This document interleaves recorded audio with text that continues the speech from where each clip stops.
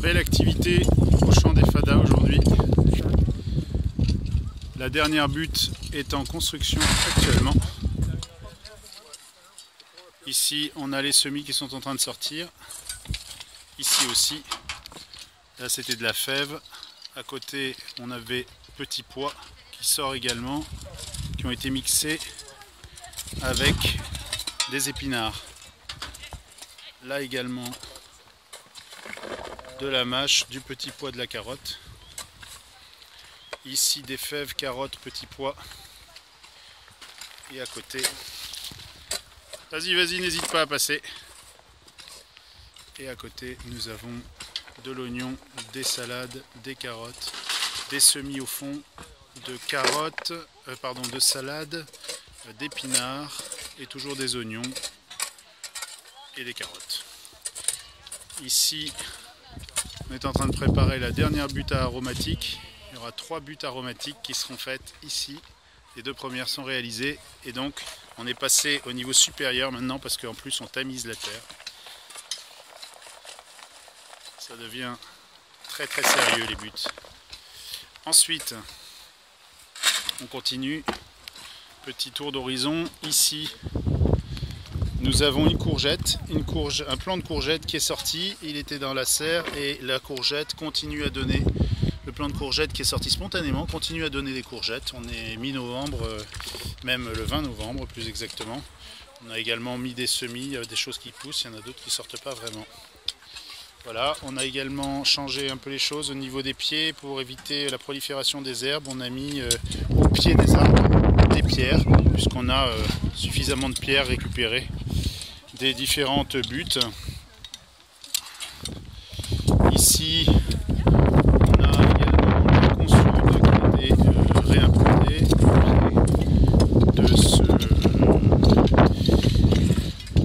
de ce pêcher. Voilà. Donc ici ça bosse. Là va être réimplanté, là où se trouvent Eric et Loïc, vont être implantés 2 arbres fruitiers supplémentaires, un pommier et un poirier.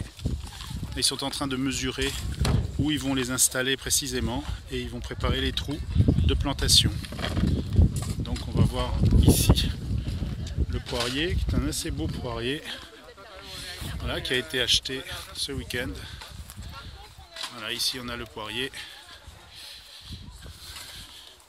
et on peut le voir ici, plutôt bel arbre.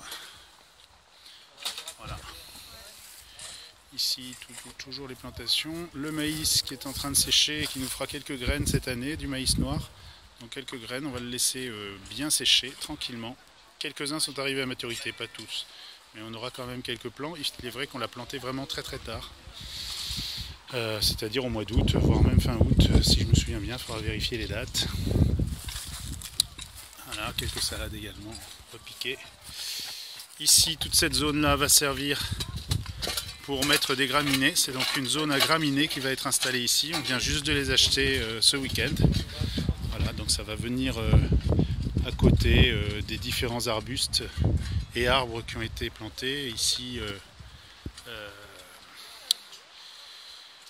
un lime, citronnier, voilà, je cherchais le nom. Ici, le mimosa qui a déjà fait objet de quelques vidéos. Derrière une petite sauge, une sauge qui n'est pas médicinale. Et puis voilà, quelques graminées qui vont venir s'installer tout autour ici. Voilà. Ensuite, en terminant, petit tour d'horizon rapide. Ici, on voit que bien la terre a été, donc de la semaine dernière, ce qui avait été fait a l'air d'avoir pris, tout ce qui est repiquage de petites salades. Et voilà, tout a été bien rapatrié, tout a été bien mis en place et ça a l'air de bien se comporter. Donc ces petites salades qui ont été plantées dans de la terre ici, la terre sous nos pieds, puisqu'on a récupéré la terre qui depuis 18 mois se trouvait là sous du BRF et de la paille. Ici une consoude qui se porte bien, ici la sauge. Voilà, tout ça on le connaît déjà. je termine un petit tour d'horizon. Ici les choux qui se plaisent bien dans cette butte actuellement.